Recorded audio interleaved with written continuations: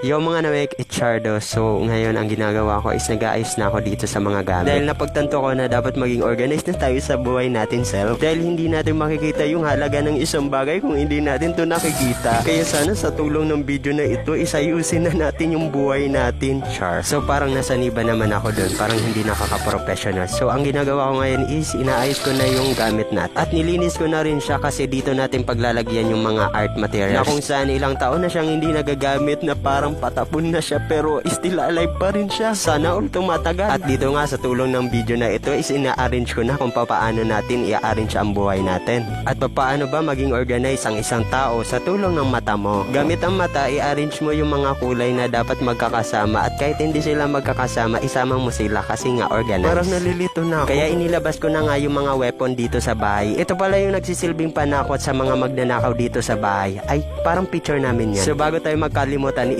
isinayos ko na pala tong cabinet na paglalagyan ko rin ng mga art materials kapag natapos. At sana sa tulong rin ng video na ito is matutunan ko rin kung paano ba talaga maging isang mabuting tao. Yung tipong hindi ka na mananaksak patalikod pag may nagsasabi sa iyo ng masama. Kaya bilang isang tao, bilang isang self, kailangan natin maging organized sa sarili natin at alamin natin ang buhay. Ay totoo naman talagang weather lang.